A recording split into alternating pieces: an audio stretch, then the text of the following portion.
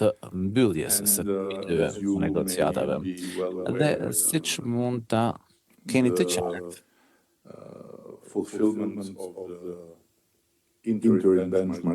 plotësimi i piketave ndërmjetme nga Shqipëria dhe përcaktimi i piketave përmbyllëse është element shumë thelbësor, sidomos për sa i përket grup kapitujve të themeloreve, që përfshin gjithashtu kapitullin 23, që ka të bëjë me gjyqësorin dhe të drejtat themelore dhe e drejta e pronës, është patjetër pjesë e këtij kapitulli.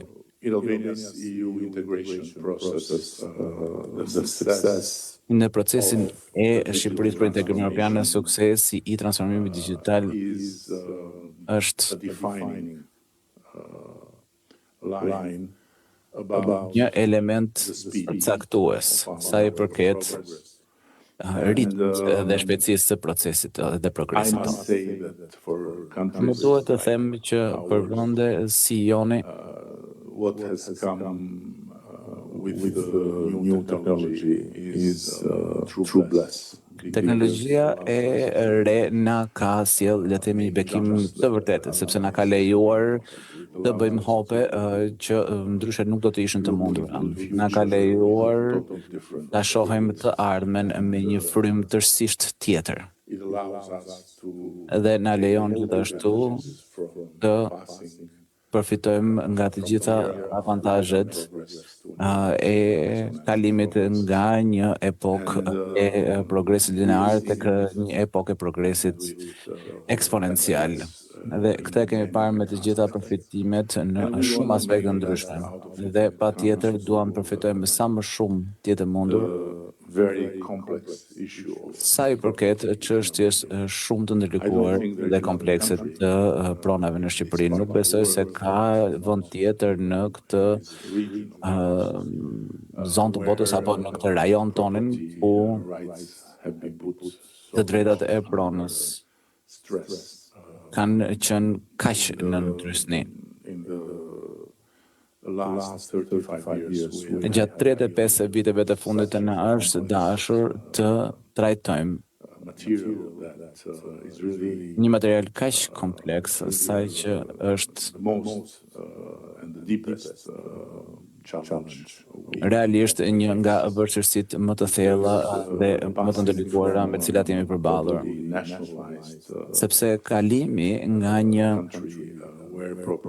vend me pronë tërësisht shtetërore, ku prona private nuk lejohej dhe nuk lejohej as zotërimi i një automjeti privat, apo nuk mund ta ndërroje një automjet privat. Kaluam në një situatë ku shteti humbi tërësisht kontrollin mbi territorin. Dhe pati një boom jashtëzakonisht të madh demografik pas rënies së regjimit komunist. Dhe këto lëvizje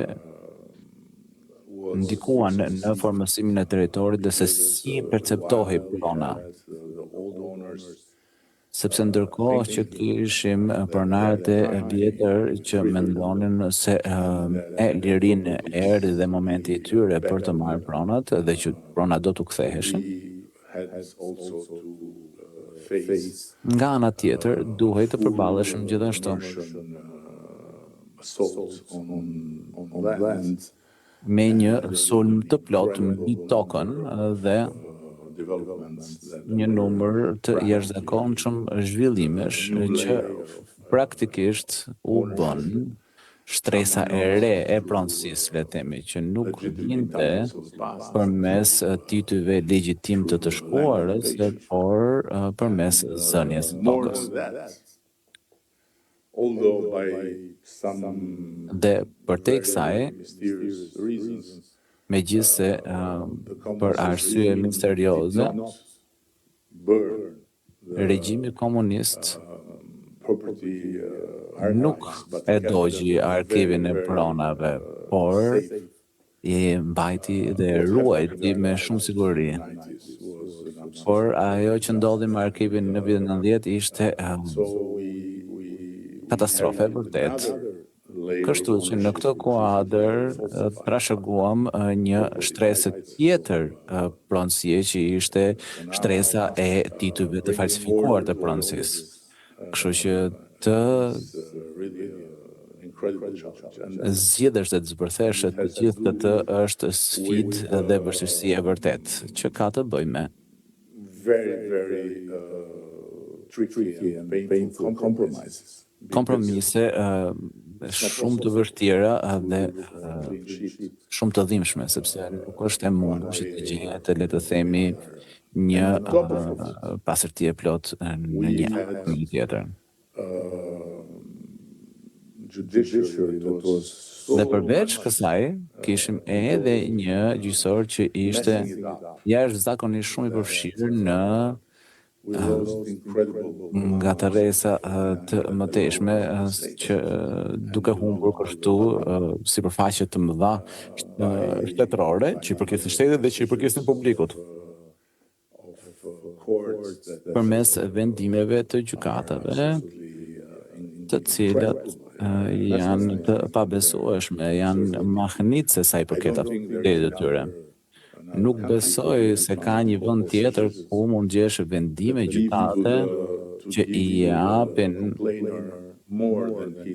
ankemuesit më shumë se sa kërkon.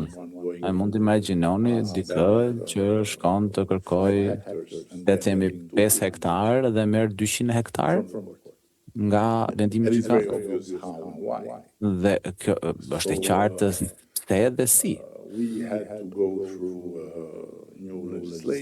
Na u desh pra të hartonim legislacion të ri, që ishte gjithashtu i komplikuar, sepse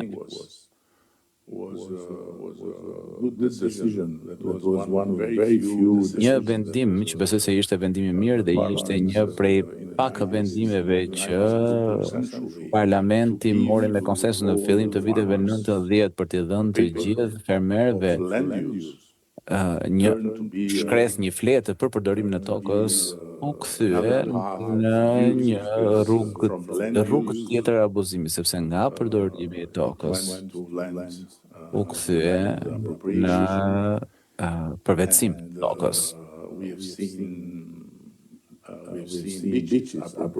Dhe kemi parë edhe plazhe të cilat janë përvetësuar në këtë kuadër. Kemi parë det të përvetësuar në këtë mënyrë.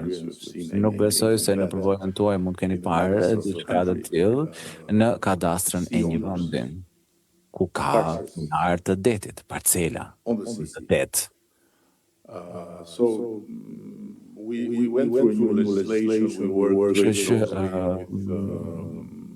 Hartuam legislacion e ri, punuam më shumë kusht me partnerë të përkushtuar dhe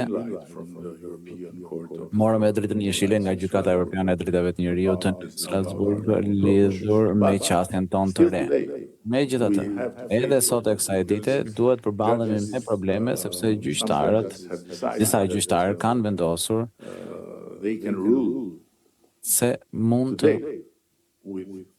marrin sot vendime bazuar në ligje të së djeshmes, nga ligji i ri në zbatim për kompensimin mund të anashkalohet dhe vendimet e gjykatave që krijojnë barë të shtuar mbi financat e shtetit mund të jepen edhe sot. Shpesh situata është e komplikuar, nuk po ankohem tu, thjesht po shkëmbej një përvojë tonë me ju. Not easy path to bullshit you with dhe nuk po zgjedh le të themi rrugën e thjeshtë për t'ju thënë me lule se sa e mirë është puna jone në këtë vend, por po ju kënaq si të ftuar me pak argëtim. Dhe faktikisht argëtuese kur e sheh nga